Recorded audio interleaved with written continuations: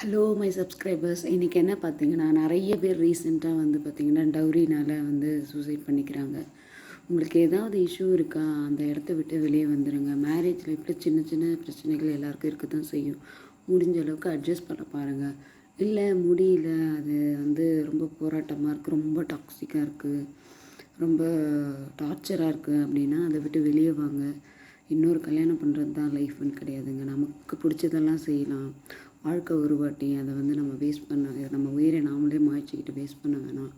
So வந்து நீங்கள் நிறைய விஷயங்கள் இருக்குது. நீங்கள் உங்களை எக்ஸ்ப்ளோர் பண்ணலாம். நீங்கள் உங்களுக்காக வாழுங்க. மற்றவங்களுக்காக வாழறதை விட உங்களுக்காக வாழுங்க. பிரச்சனையை சால்வ் பண்ண பாருங்கள்.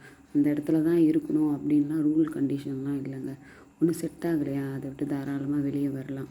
பிடிக்கலையா, இல்லை கொஞ்ச நாள் டைம் எடுத்துக்கோங்க. அவசரப்பட்டு எந்த முடிவும் எடுக்காதீங்க. தேங்க்யூ.